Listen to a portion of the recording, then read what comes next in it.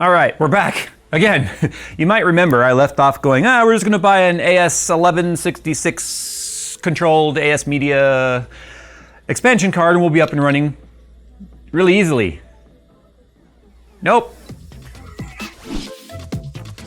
So, spoiler alert, I do have it working now. But it was such a crazy turn of events of things that had to be done to make it work, I figured it warranted a second video about this topic, because I have no doubt there's probably a lot of folks out there that might want to build a NAS or maybe a media server or something, because that's the thing, media takes up a lot of space, right? You can 4 to 10 gigs for a movie depending on its resolution and settings and all that sort of stuff in terms of details. But anyway, I digress.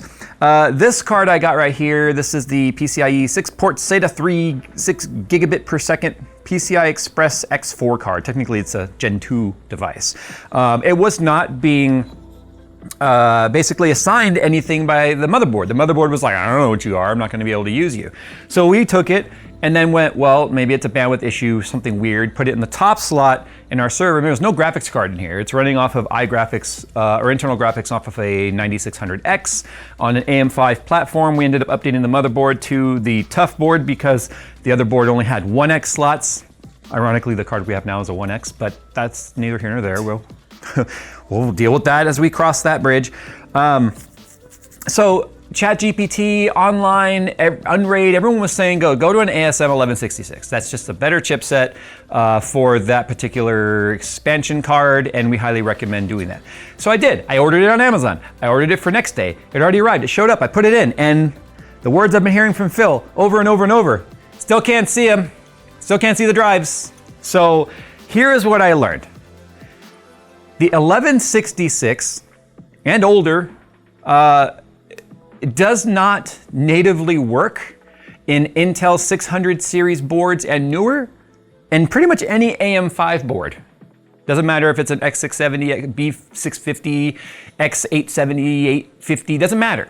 It becomes a point when like the firmware stopped working with the newer platforms and the new boards. So I thought to myself, okay, well, initially online was saying just throw it in an Intel system that has Windows running. Windows probably won't make sense of it, but then you can use the Silverstone installer and put the newest BIOS on there, which will bring the firmware up to a communicative state where newer motherboards can communicate with it. The problem is, that is an X670 or Z670 or Z690. Z690 fucking names, right? Z690 board, which falls in that 600 and newer that cannot be actually handled by the BIOS to initialize the stupid device. So you'd go into Windows and it could kind of see it. It's like, dude, there's something plugged in on this slot, but we don't know what it is. And then I would bring up the utility to scan. And I'm not demonstrating right now how it wouldn't work because it works now, but I'll walk you guys through the process, because this way, if you're trying to do this yourself, you kind of know what needs to be done. So Windows could see there was a device on the slot. Couldn't do anything with it. The updater, the firmware updater software from Silverstone, which works on all 1166 devices, also didn't see it. It just said none, none, none, none, none across all the fields. Then it dawned on me, if they're saying it only works on things older than AM5 and 600 series chipset from Intel, we got a lot of stuff in this place.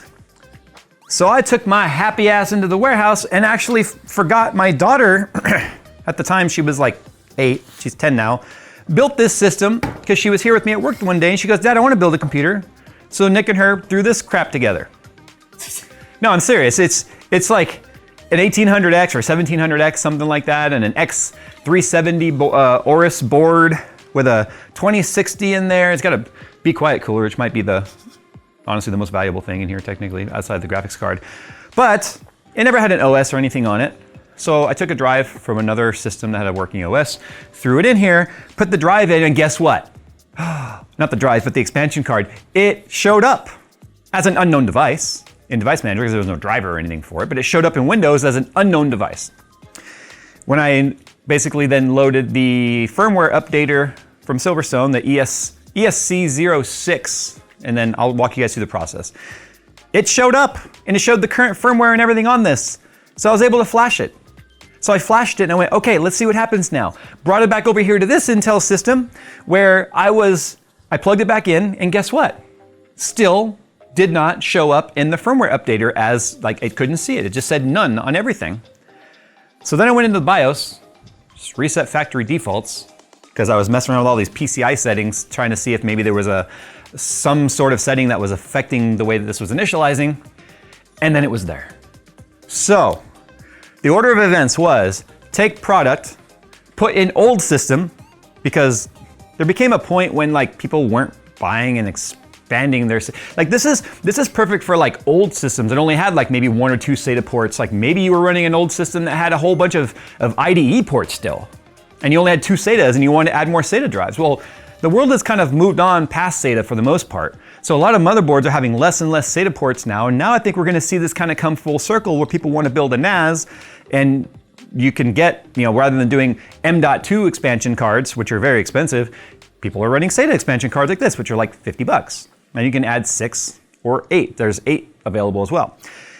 Well, unless your system's old enough or you have access to an old enough system, you're kind of gonna get stuck at this point because the firmware has not been updated on these like to the newest architectures, if you will, with these motherboards and the chipset designs and stuff, to where you're kind of getting stuck now to where you won't be able to even update the firmware without an old system. So let me take you through what the updater looks like. That way you at least know if you're trying to update one of these 1166 chipset expansion cards, so your NAS can be up and running without spending 2 whole days on it like we have. Now, step number 1 is obviously turn on your Gamers Nexus triggering heaven wall. Should turn on fairly quickly here. Yep. There we go. That's a 1-button start. Step 2, you're gonna have to go to the internet and you're gonna want to download Silverstone ECS06 firmware. So if you go to the WinRAID forum right here, there we go. So there's a picture of one of the cards, and then here's a link right here. It's only 1.9 megabytes. The ECS06 firmware for Intel 600 series chipset. Now it may say Intel 600, but it also works for AMD as well. It's kind of all encompassing. This one's just written for Intel because this guy was approaching it from an Intel perspective. Anyway, so we already downloaded that. When you download and extract it, it's a RAR. So if you don't have WinRAR or a version of Windows that can actually extract RAR files, you're going to have to do that. So this is what's in the folder right here, ECS06 firmware.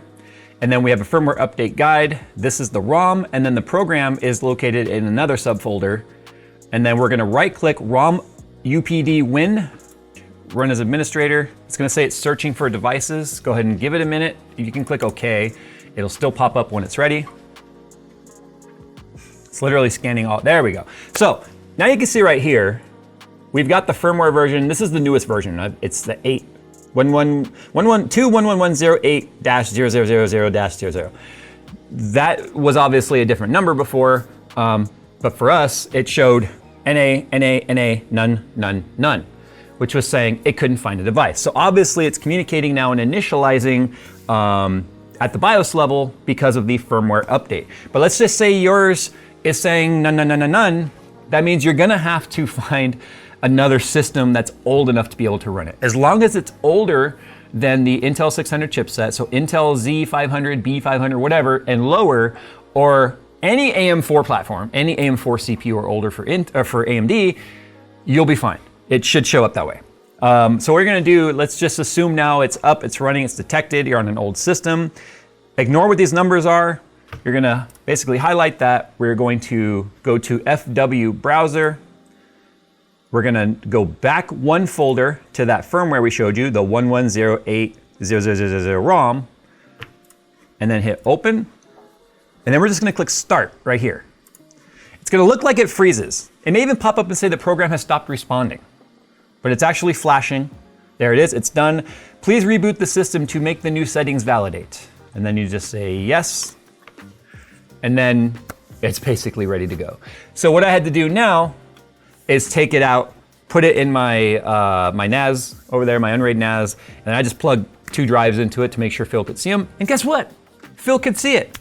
So this really is a scenario where we are dealing with hardware that has progressed beyond the shipping firmwares that are on these AS Media devices, because this was made in 2022. Like I think 2022 should be new enough to be working with the new stuff, but it's just not. They just probably haven't really bothered shipping these with newest firmwares. Now, it may just work out of the box because, who knows, there may be some of these that have the new firmwares on them, but I can't imagine they're selling these, like, enough of them to have burned through all the old firmwares. So this may work for you out of the box, it may not. If it doesn't, this is the process you're gonna have to go through. But the real blocker is gonna be if you don't have an AM4 system or an older Intel system. Now you're gonna have to take your butt over to a friend's house or something that has an older computer and borrow one, plug it into theirs, and make it work that way. So what I'm gonna do now is I'm gonna take it, I'm gonna throw it in the NAS again, and then we'll go to the other computer, and we'll make sure all 6 drives are showing up, where then I get to now install it on the rack and get it set up to the 10G and get all that networking stuff handled. Hey, all the drives are there. So there's our 2 1 terabyte cache drives and 1, 2, 3, 4, 5, 6 of our drives. They also count in like Windows order, 1, 5, 7, 3, 4, 6, 8. Why it's in that order, I don't know. I don't know if we can rearrange them or not, but okay, so they're all there, and all it took was that crazy roundabout way of doing stuff and using a whole old computer as a method for firmware flashing. There's gotta be a better way. Yeah, the better way is they just ship with the newer firmware. Clearly it exists, but I think they exist. I just think, like I got mine from Amazon, I'm sure they have piles and piles and piles of these old ones. I mean, that one has a build date of 22. That's 3 years ago. Clearly they're not burning through those things fast enough to get to the newest firmwares. Okay, so what we're not gonna show you next, because there's really no point, you guys can find a whole bunch of Unraid setup videos, is how to turn these drives now into an array. How to set up the parity drives and basically get it all running and working and stuff. But like I said, I gotta get this in the server room now, but it's all fucking working finally.